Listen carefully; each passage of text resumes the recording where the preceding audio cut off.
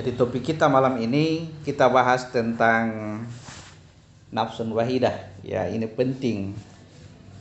Tapi sebelum itu saya mau tuntaskan dulu kemarinnya. Masih ada yang bertanya tentang wanita haid, ya.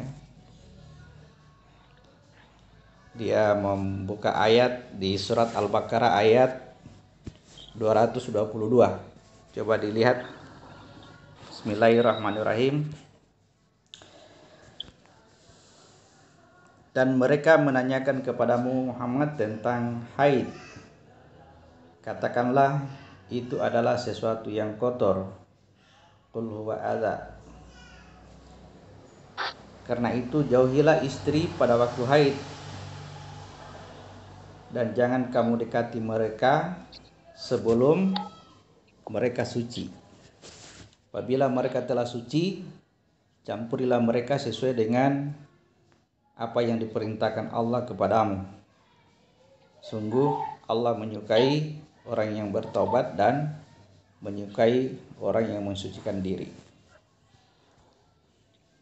Jadi saya bahas kemarin bahwa makna dari keluarnya darah itu adalah bahwa jiwa kita itu keluar dari jasad.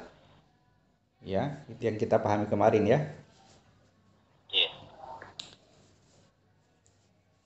Kemudian disebutkan di sini ya, haid itu adalah sesuatu yang kotor, karena itu jauhilah istri pada waktu haid. Ini menunjukkan bahwa ya, ketika terjadi keluar darah itu terjadi pemisah antara jiwa dan raga. Jadi raga itu yang disebut dengan istri, ya jiwa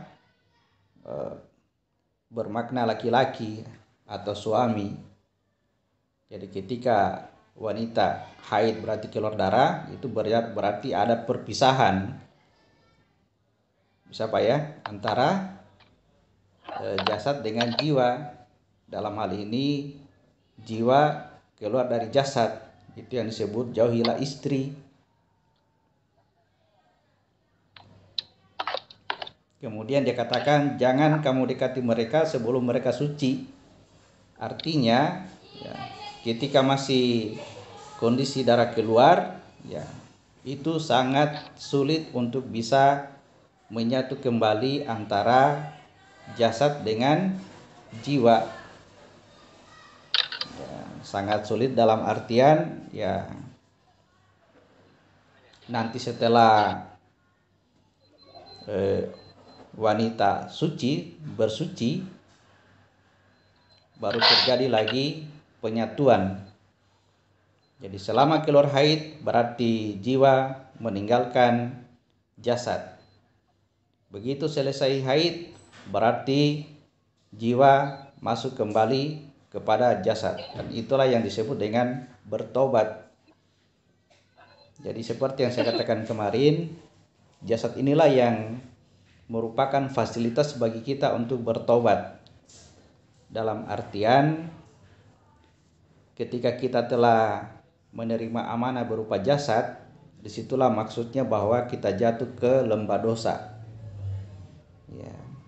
Dengan menggunakan jasad pada tugas kekhalifahan, menggunakan fasilitas jasad, maka itulah yang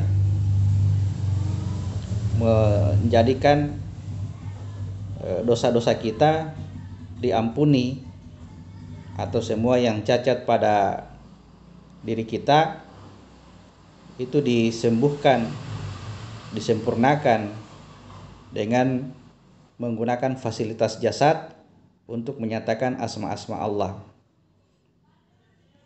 Tetapi ketika dalam hal seorang wanita disebut sebagai haid, artinya jiwa itu keluar dari jasad, maka ya, seseorang tidak menggunakan jasadnya untuk melaksanakan tugas kekhalifahan, tetapi dia bermain pada kegaiban, bermain pada alam jin. Misalkan saja seorang yang sakit, yang seharusnya orang yang sakit itu diobati oleh seorang dokter dengan menggunakan kemampuan yang ada pada jasadnya, Tetapi seorang yang memiliki kelebihan keluar dari jasadnya, ya cukup dia menggunakan kekuatan batiniah, sebutlah dengan doa-doa atau jampi-jampi, sehingga orang yang sakit tadi menjadi sembuh. Jadi tidak menggunakan fasilitas jasadnya untuk menjadi khalifah, untuk menyembuhkan orang yang sakit. Sehingga dengan demikian maka tetaplah dia dalam keadaan berdosa. Artinya jasadnya di akhirat tadi yang cacat tidak bisa terampuni karena jasadnya di dunia tidak digunakan untuk menjalankan tugas kekhalifahannya. Dia bermain pada kebatinan. Padahal tugas kita di muka bumi ini menyatakan asma Allah itu adalah dengan menggunakan fasilitas jasad, bukan dengan menggunakan fasilitas kebatinan yang sealam dengan jin, ya. Jadi ketika dibahasakan wanita telah suci, artinya dia telah berhenti keluar darah, artinya dia seorang manusia itu sudah menyadari bahwa tidak tepat menggunakan ilmu keluar dari jasad, ya maka dia menyatu kembali dengan jasad, lalu dia menggunakan jasad itu untuk melaksanakan tugas khalifahnya, menyatakan asma-asma Allah dengan kemampuan jasadnya, sehingga dengan cara itulah dia bertobat. Makanya kalimat yang terakhir pada ayat ini, sesungguhnya Allah menyukai orang-orang yang bertobat dan menyukai orang-orang yang mensucikan diri. Oke, saya pikir ini penjelasan tentang ayat ini sudah cukup karena ada kaitannya dengan video yang saya posting sebelumnya tentang mengapa wanita yang haid itu dilarang untuk mendirikan sholat. Karena itulah mengandung makna, mengandung hikmah tentang apa yang terjadi pada diri kita. Jadi kenyataan secara lahiriah memang ada wanita yang haid dan dilarang untuk melaksanakan sholat. Itu menunjukkan bahwa pada diri kita ketika terjadi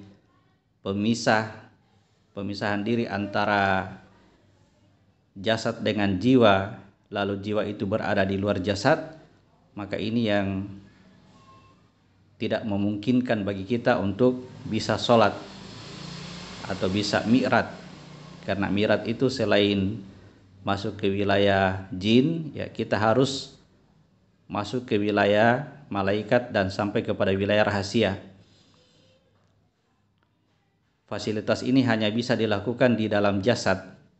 Allah sudah membuat jalan itu di dalam jasad kita dengan perkataan Allah, dengan firman Allah, sesungguhnya di bumi itu ada jalan yang mudah bagimu, maka tempuhlah jalan itu. Artinya jalan untuk bermi'raj itu adanya di dalam jasad kita. Tidak boleh keluar dari jasad. Kalau kita keluar dari jasad, maka sejauh-jauhnya perjalanan itu hanya sampai pada wilayah jin. Allah tidak membukakan jalan secara makro, ya, untuk naik sampai ke lapisan langit ketujuh, itu tidak ada di alam makro. Kita hanya mampu melakukannya di alam mikro.